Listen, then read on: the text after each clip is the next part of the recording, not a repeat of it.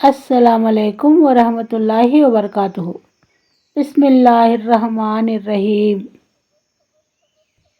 الرحیق المختوم۔ نبی کریم صلی اللہ علیہ وسلم کے سیرت کے ساتھ ساتھ اس چینل پہ عنقریب ہم قرآن کی آیتوں کی تفسیر بھی جانیں گے۔ مدینہ کی رکشاتمک راجنیتی کے لیے مجلس شورا صلاح کار سمیتی کی میٹنگ۔ مدینہ کے سوچنا سوتر مکی سینا کی ایک ایک خبر پہنچا رہے تھے، یہاں تک کہ اس کے پڑاؤ کے بارے میں آخری خبر بھی پہنچا دی۔ اس وقت اللہ کے رسول صلی اللہ علیہ وسلم نے فوجی ہائی کمان کی مجلس شورا کی میٹنگ بلائی، جس میں یتھوچت رننیتی اپنانے کے لیے صلاح مشورہ کرنا تھا۔ آپ نے انہیں اپنا دیکھا ہوا ایک سپنا بتلایا۔ آپ نے قسم کھا کر بتایا کہ میں نے ایک بھلی چیز دیکھی۔ میں نے دیکھا کہ کچھ گائیں ذبح کی جا رہی ہیں، اور میں نے دیکھا کہ میری تلوار کے سرے پر کچھ ٹوٹ پھوٹ ہے، اور یہ بھی دیکھا کہ میں نے اپنا ہاتھ ایک سرکشت کوچ میں ڈال رکھا ہے۔ پھر آپ نے گائے کا یہ خواب کی تعبیر بتایا کہ کچھ صحابہ قتل کیے جائیں گے۔ تلوار کے ٹوٹے پھوٹے کا یہ خواب تعبیر بتایا کہ آپ کے گھر کا کوئی آدمی شہید ہوگا، اور سرکشت کوچ کا یہ تعبیر بتایا کہ اس سے مراد مدینہ شہر ہے۔ پھر آپ نے صحابہ کرام کے سامنے رکشاتمک رننیتی کے بارے میں اپنی رائے پیش کی کہ مدینہ سے باہر نہ نکلے، بلکہ شہر کے اندر ہی قلعہ بند ہو جائے۔ اب اگر مشرک اپنے کیمپ میں ٹھہرے رہتے ہیں تو بے مقصد اور برا ٹھہرنا ہوگا، اور اگر مدینہ میں داخل ہوتے ہیں تو مسلمان گلی کوچوں کے ناکوں پر ان سے لڑیں گے، اور عورتیں چھتوں کے اوپر سے ان پر اینٹ پتھر برسائیں گی۔ یہی صحیح رائے تھی، اور اسی رائے سے عبداللہ بن ابی منافقوں کا سردار نے بھی سہمتی دکھائی، جو اس میٹنگ میں خزرج کے ایک بڑے نمائندے کی حیثیت سے شریک تھا۔ لیکن اس کی سہمتی کا آدھار یہ نہ تھا کہ سامرک درشٹیکون سے یہ بات صحیح تھی، بلکہ اس کا مقصد یہ تھا کہ وہ لڑائی سے دور بھی رہے اور کسی کو اس کا احساس بھی نہ ہو۔ لیکن اللہ کو کچھ اور ہی منظور تھا۔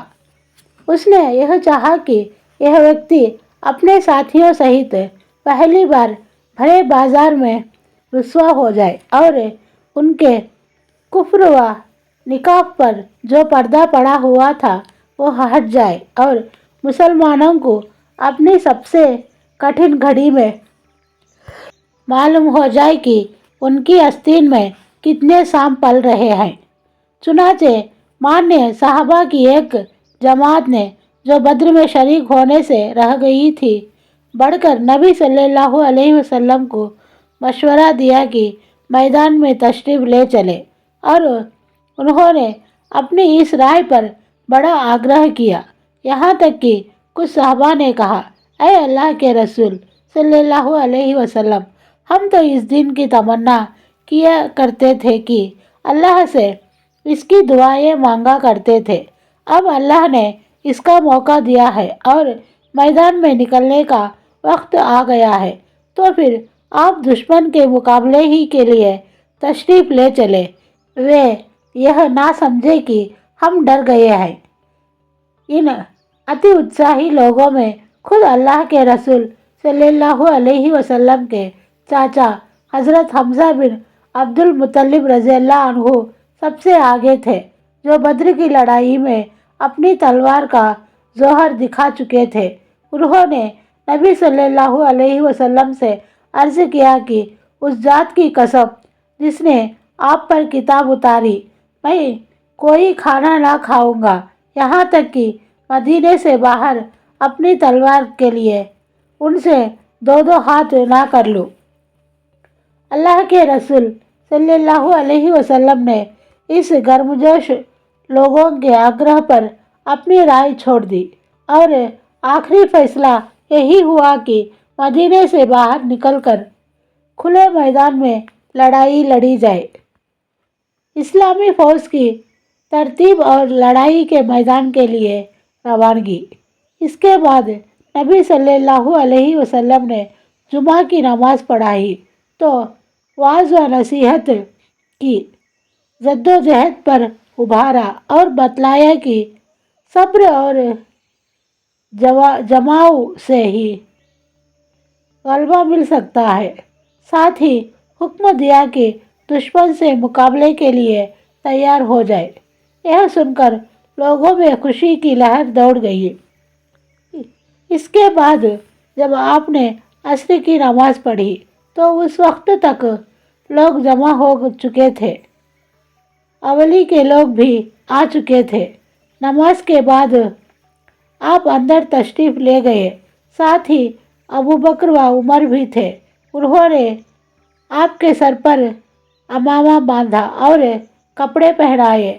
آپ نے نیچے اوپر دو کوچ پہنے، تلوار لٹکائی اور ہتھیار سے سج کر لوگوں کے سامنے تشریف لائے۔ لوگ آپ کے آنے کے انتظار میں تھے ہی، لیکن اس بیچ حضرت سعد بن معاذ رضی اللہ عنہ اور اسید بن حضیر نے لوگوں سے کہا کہ آپ لوگوں نے اللہ کے رسول صلی اللہ علیہ وسلم کو میدان میں نکلنے پر زبردستی تیار کیا ہے، اس لیے معاملہ آپ ہی کے حوالے کر دیجیے۔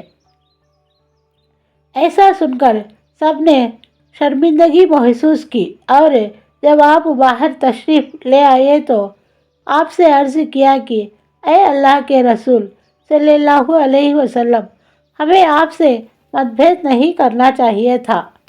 آپ کو جو پسند ہو وہی کیجیے۔ اگر آپ کو یہ پسند ہے کہ مدینے میں رہے تو آپ ایسا ہی کیجیے۔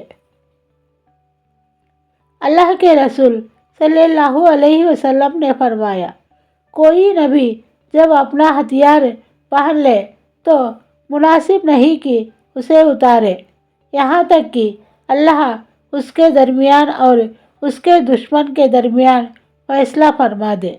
اس کے بعد نبی صلی اللہ علیہ وسلم نے فوج کو 3 حصوں میں بانٹ دیا۔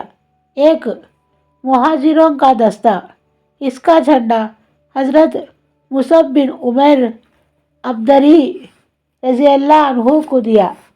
2 اوس قبیلے انصار کا دستہ، اس کا جھنڈا حضرت اسید بن حضیر رضی اللہ عنہ کو دیا۔ 3 خزرج قبیلے انصار کا دستہ، اس کا جھنڈا حباب بن منذر رضی اللہ عنہ کو دیا۔ پوری فوج میں کل 1000 لڑنے والے یودھا تھے، جن میں 100 کوچ دھاری تھے اور کہا جاتا ہے کہ گھڑ سوار کوئی بھی نہ تھا۔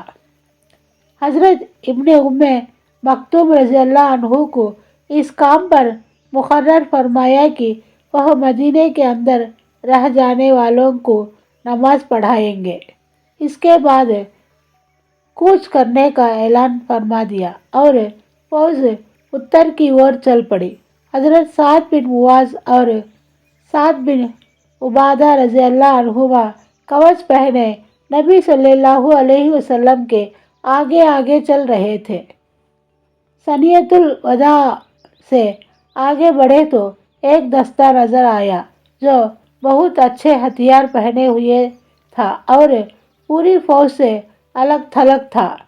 آپ نے معلوم کیا تو بتلایا گیا کہ خزرج کے متر یہودی ہیں جو مشرکوں کے خلاف لڑائی میں شریک ہونا چاہتے ہیں۔ آپ نے معلوم کیا، کیا یہ مسلمان ہو چکے ہیں؟ لوگوں نے کہا نہیں۔ اس پر آپ نے شرک والوں کے خلاف